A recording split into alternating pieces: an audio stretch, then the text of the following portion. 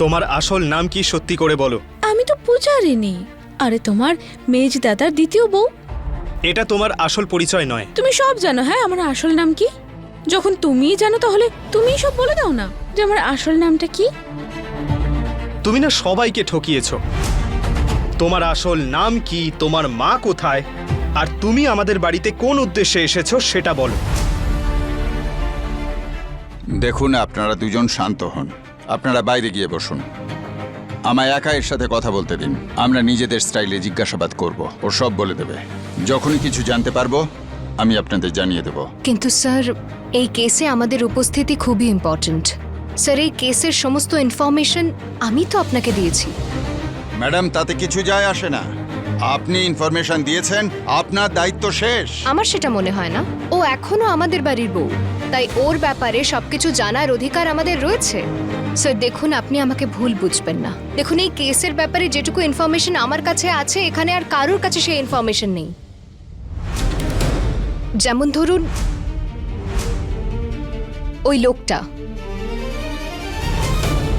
ওই লোকটাকে আইডেন্টিফাই করাতে আমি আপনার হেল্প করতে পারি।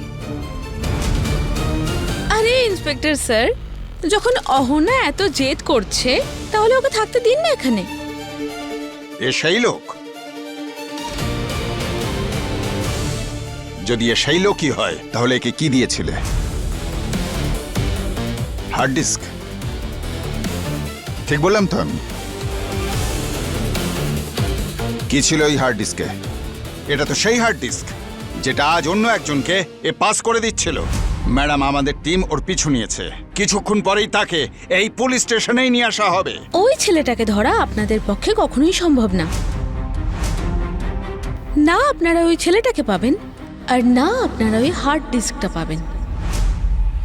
সেই জন্য আপনি নিজের আর ডিপার্টমেন্টের সবার টাইম নষ্ট করবেন না। আপনি এই সব ব্যাপারে নাক না গলালে সেটাই ভালো হবে। ওই ছেলেটাকে? আমি তোমায় জিজ্ঞেস করছি, ওই ছেলেটাকে? আমি জানি না। আপনার যা করার আপনি করতে পারেন। এবার জবরদস্তি করতে হবে। ম্যাডাম, ওই মেয়েটাকে ওদিকে নিয়ে যান, আর ওর সাথে খুব ভালো করে ইন্টারোগেট করুন। ওর সাথে একটা ব্যাগ আছে, ভালো করে চেক করবেন।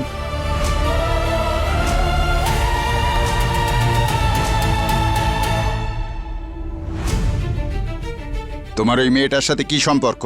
ও আমার কালিগ। চুরিতে নাকি অন্য কিছুতে? যাতেই হোক না কেন, ও আমার কালিগ। এই কথাগুলো বলে তুমি পার পাবে না মিস্টার। আমি তোমাকে এই এলাকায় কোনোদিন দেখিনি, তাই এই কথাটা সত্যি করে বলো যে তোমার আসল নাম কি, আর যা বলবে সেটা সত্যিই বলবে। কি হলো স্যার? আপাতত সব্যসাচী নামটা দিয়ে কাজটা চালিয়ে নিন। তার মানে এটাও মিথ্যে নাম? না স্যার, আপনার তো এখন নাম চাই, তাই আপাতত এটা দিয়ে কাজটা চালিয়ে নিন। কারণ এখন আপনাকে আমি যা কিছুই বলবো তা আপনার মিথ্যে বলে মনে হবে। বেশি কথা বলবে না। আমি যতটা জিজ্ঞেস করছি ততটার উত্তর দাও। তোমার আইডি কার্ড কোথায়? আরে স্যার, আমি কি আইডি কার্ড নিয়ে ঘুরি নাকি যে পকেট থেকে যে কোনো সময় বের করে দেখিয়ে দেব? তোমার বাড়ি কোথায়? আমি বস্তিতে থাকি, আমি ওখানকারই বাসিন্দা। আমি কয়েকজনকে তোমার সাথে পাঠাচ্ছি, তোমার বাড়িটা চেনাবে। হ্যাঁ হ্যাঁ স্যার, পাঠান না, আমিও সঙ্গে যাচ্ছি। বসো, আরও একটু ভালো করে কথাবার্তা বলে নি। হ্যাঁ, তোমার ব্যাপারে অনেক কিছু জানতে চাই। আমরা যাবো তো তোমার সঙ্গে।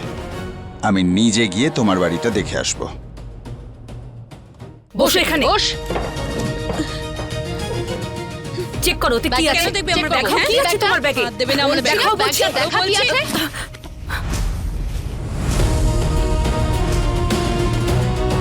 তোমাদের দুজনের মধ্যে যদি কেউ কিছু বলার চেষ্টা করো তাহলে তোমাদের নাম শহীদদের লিস্টে এনলিস্ট হয়ে যাবে। তুমি কে বলো তো? পুলিশ স্টেশনে আমাদের কি বন্দুক দেখাচ্ছ? আইন নিজের হাতে তুলে নিচ্ছ? ওয়াশরুম কোন দিকে? এই তো পাশে। আমি জামা কাপড় পাল্টে আসছি। ততক্ষণ যদি তোমরা কেউ এখান থেকে নড়ার চেষ্টা করো তাহলে দেখবে আমি কি করি।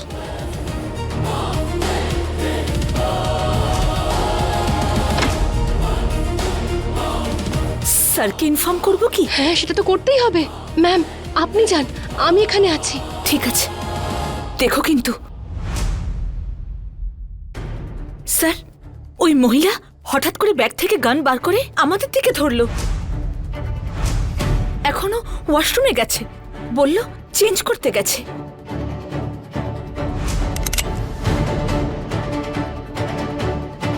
মিস্টার মুখার্জি, আপনি গিয়ে রেডি হন। মনে হচ্ছে এরা খুব বড় উদ্দেশ্যে এখানে এসেছে। আর আপনারাও যান। আপনারা বিপদে পড়তে পারেন, প্লিজ যান। যত বড়ই বিপদ হোক আমি এখান থেকে যাব না। ম্যাডাম, ব্লাস্ট বা অন্য কিছু হতেই পারে। আমরা জানি না ওর ব্যাগে কি রাখা আছে। আপনি কেন এটা বুঝছেন না?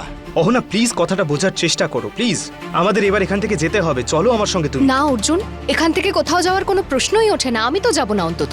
আর যদি ব্লাস্ট হয় আমরা শুধু মরবো নাকি? ওরাও তো মরবে একসাথে। নিজের বন্দুক বার করো, নজর রাখো এর ওপর। চলো।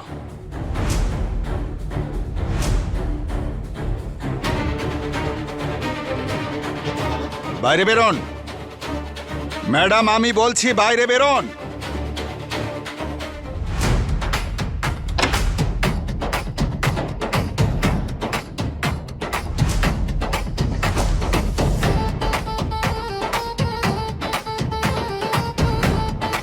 গান নিচে নামান। স্যার, আমার তো মনে হচ্ছে এই মহিলা পুলিশ অফিসার হওয়ার ভান করছে। এসব কি হচ্ছেটা কি? আমার আইডি কার্ডটা দেখুন, নইলে এমন না হয়ে যায় যে এখানে একটা অ্যাক্সিডেন্ট হয়ে যাক।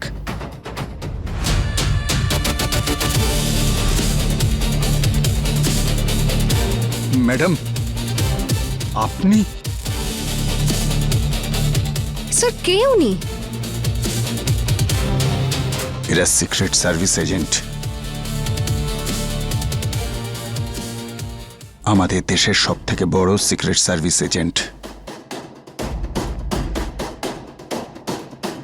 ম্যাডাম, আপনি এখানে?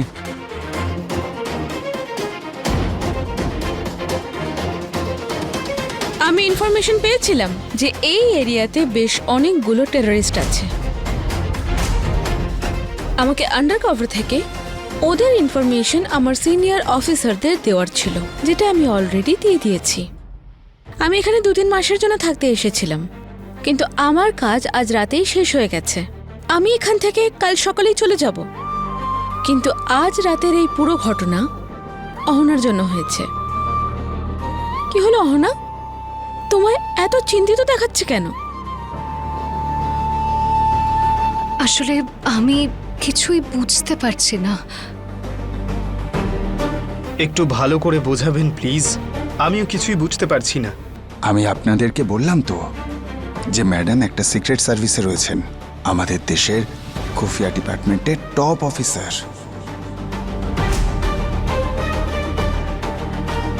পূজা দিদি, আমি যে কি বলবো। আসলে আমার কাজের জন্য আমার নামটা নিজের পাল্টাতে হয়েছে। আর যে ওই রুমটাতে বসে আছে সেও আমার মতো একজন সিক্রেট সার্ভিস এজেন্ট। ওই দিন যে আমার মা সেজে এসেছিলেন উনিই আমাদের সিনিয়র অফিসার।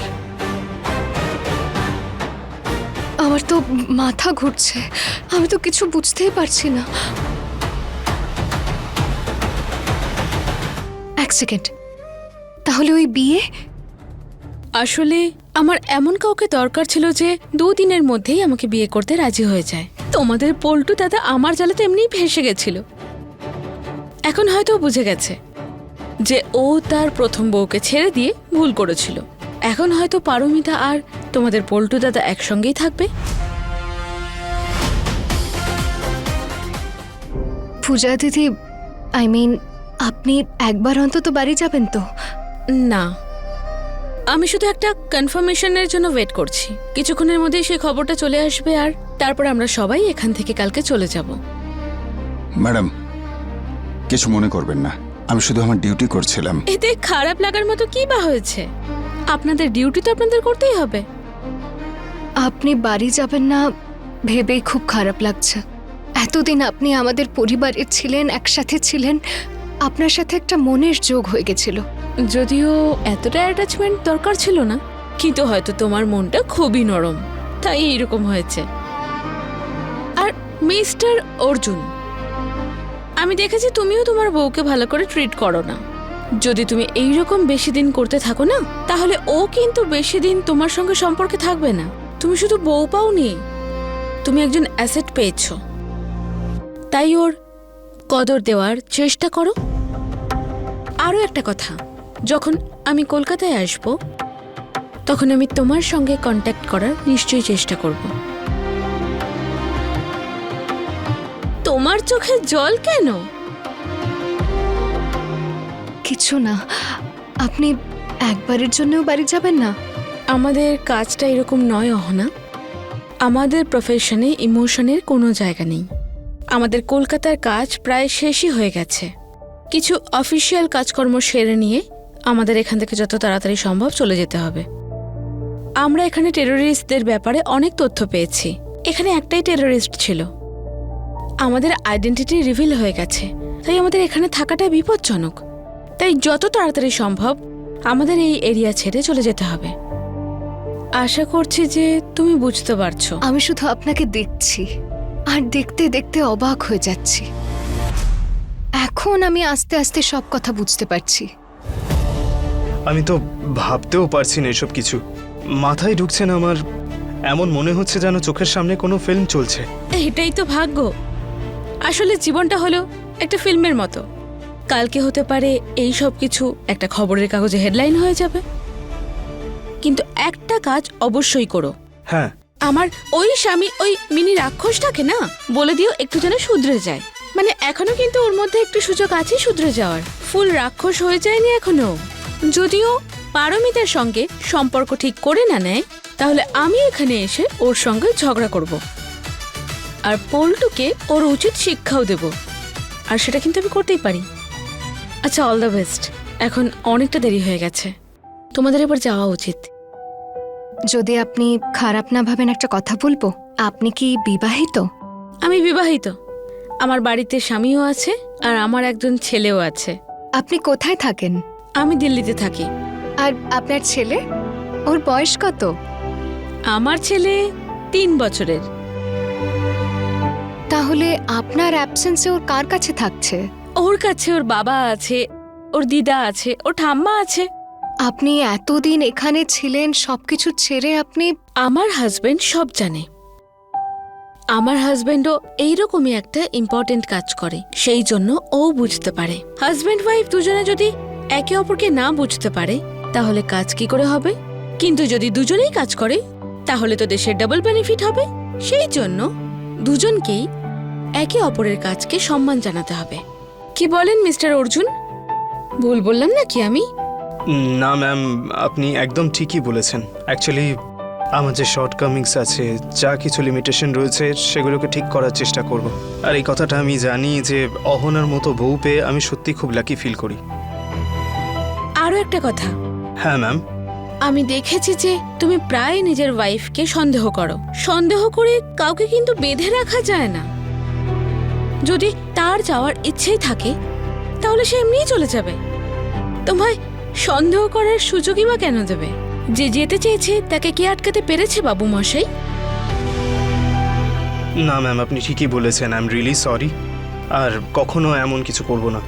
ওকে বাই। এবার তোমরা দুজনে এবার বাড়ি ফিরে যাও। আমাকে এখানে কিছু কাজ করতে হবে, সেই সব করে নি।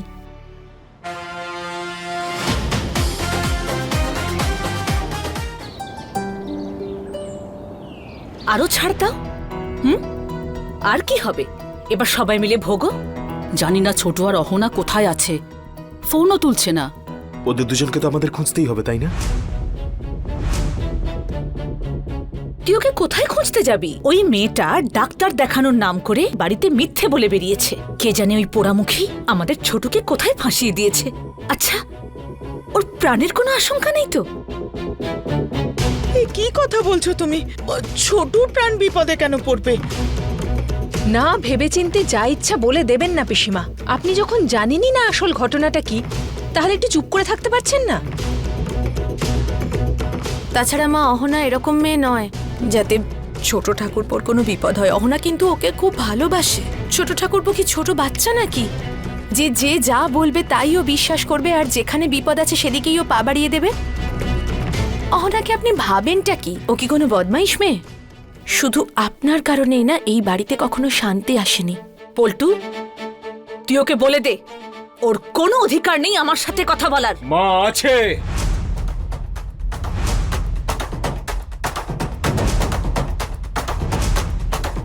পারোর অধিকার আছে। হে ভগবান, ঠাকুরজি, এই তো দেখছি তোমার ছেলেকে নিজের বশে করে নিয়েছে। আরে পল্টু, ভুলে গেছিস কি ও তোর বউ বাপের বাড়ি গেছে, ফিরে আসবে। ছোট মামি থামো এবার, এসব বাজে বাজে কথা বলো না তুমি। আমি তোমাদেরকে এটাই বলছি যে তোমরা সকলে পারোর সঙ্গে এরকম ব্যবহার করো না। ছোট বৌদি, দেখছো তো ছেলেটা কেমন বদলে গেছে। নিশ্চয়ই এই মেয়েটা কিছু খাইয়ে দিয়েছে, তাই তো এমন উল্টো পাল্টা কথা বলছে। আমি আপনার ছেলেকে বদলাতে পারিনি মা। আমার মধ্যে যদি এতটা শক্তি থাকতো না, এইসব আমি আগেই করতে পারতাম। আশা করি মা এতটুকু তো আপনি বুঝতেই পেরেছেন। আমি তো কখন থেকে এই কথাটাই ভাবছি যে ছোট বৌমা আমাকে না বলে কোথাও যায় না, কিছু করে না, আজকে কোথায় চলে গেল। ও তোমায় না জানিয়ে কি আর কিছু করে? ব্যাস, তুমি শুধু এই স্বপ্নই দেখে যাও। তোমার কোনো ধারণাই নেই যে তোমার চোখের আড়ালে ওই মেয়েটা কি কি করে বেড়াচ্ছে। তুমি জানো ছোট কেন রাগ করছিল? কারণ তোমার ছোট বৌমা ওর বসের সাথে শুধু এদিক ওদিক ঘুরে বেড়ায়। আমার তো ভয় হয় যে ও আমাদের ছোটকে প্রাণে মেরে দেবে না তো। ঠাকুরজি, তুমি কি তোমার মুখটা একটু বন্ধ রাখতে পারো না? হ্যাঁ, আর তাছাড়া এই ব্যাপারটা আমার ছেলের, আমি বুঝে নেব। তুমি এত মাথা খারাপ করছো কেন? ছোট কি আমার কেউ হয় না? আমিও কি ওকে ছোট থেকে বড় করিনি? মা তুমি না ব্যাস থামো এবার। তুমি তো নিজের ছেলেকে ভালো করে মানুষ করে তুলতে পারোনি, আর অন্যদের মানুষ করার কথা বলছো তুমি।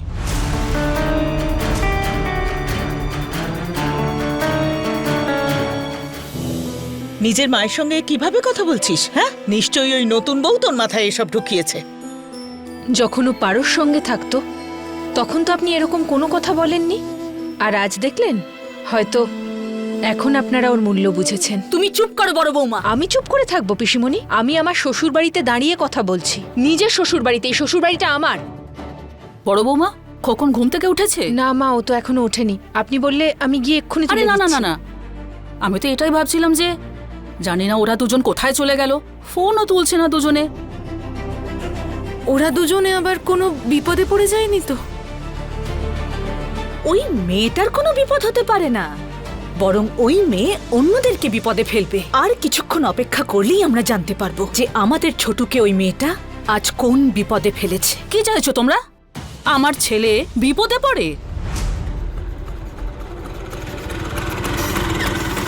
ওই দেখো, স্কুটারের আওয়াজ এলো, বোধহয় দুজন চলে এসেছে। বড় মামি আমি গিয়ে দেখছি।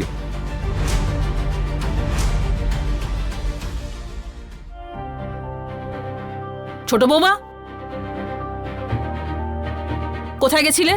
হ্যাঁ, সরি মা, আমি জানি যে তুমি খুব চিন্তা করছিলে, কিন্তু এমন একটা কাজ পড়ে গেছিল যেটা সেই মুহূর্তে তোমায় বলার মতো নয়। যদি তোমাকে বলতাম তো তুমি হারগিজ না করে দিতে। তুই আমাদের ছোটকে নিয়ে কোথায় চলে গিয়েছিলি?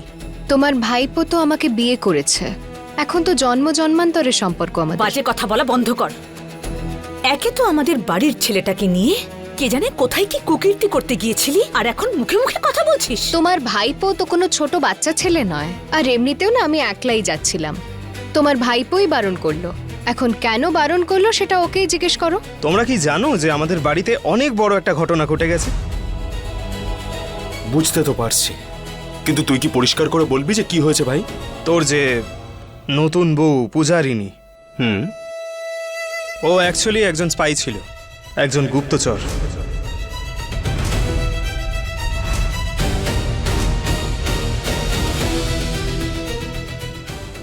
আমাদের ডিভোর্সটা তো লিগালি হয়েই গেছে, আর এই যে বিয়েটা হয়েছে এটাও কোনো ভ্যালিড থাকবে না। আমি কি বলছিলাম যে আমাদের না আবার বিয়ের জন্য অ্যাপিল করতে হবে।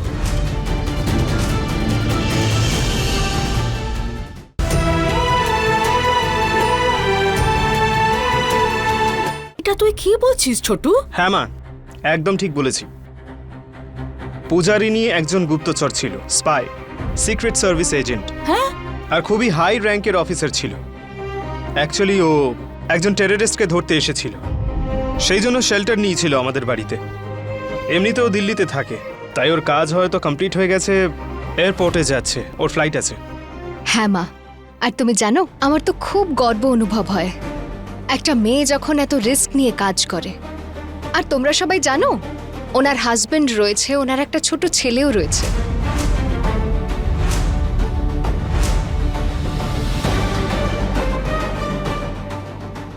পল্টুদা, তুমি জানো একটা কথা, তুমি যদি আজ দিদির গুণগুলো বুঝতে তাহলে আজ দিদি তোমার মাথার মুকুট হতো। পল্টু, তুই আমায় বৃদ্ধাশ্রমে পাঠিয়ে দে, কারণ আমি এসব আর সহ্য করতে পারছি না। যদি তোমার ছেলে আর তোমার বৌমা একসঙ্গে থাকতে চায়, ভালো থাকতে চায়, তাহলে তোমার তাতে তো কোনো সমস্যা হওয়ার কথা।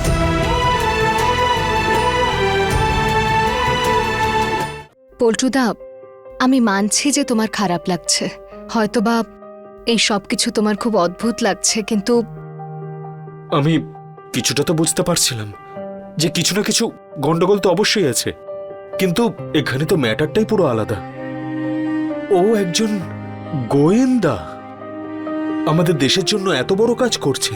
আমি ওর ব্যাপারে কি না কি ভাবছিলাম, কত আজে বাজে ভুলভাল চিন্তা করছিলাম। তোমাদের সবার সামনে আমি একটা কথা বলতে চাই, ওর আর আমার মধ্যে কখনো স্বামী স্ত্রীর সম্পর্ক তৈরি হয়নি। হ্যাঁ, কিন্তু আমি ওর কাছে সারা জীবন ঋণী থাকবো, কারণ ও যদি না থাকতো তাহলে আমার চোখ কোনোদিনই হয়তো খুলতো না। হয়তো আমি কখনো নিজের ওয়াইফকে চিনতেই পারতাম না। আর বড় মামি, দেখো, আমাদের ডিভোর্স তো লিগালি হয়েই গেছে, কিন্তু এই যে বিয়েটা হয়েছে এটাও ইনভ্যালিড হয়ে যাবে। আমার কি মনে হয় যে আমাদের না আবার দ্বিতীয় বিয়ের জন্য অ্যাপিল করতে হবে। তোমার মেজ বউকে আবার বিয়ে করতে চাই আমি।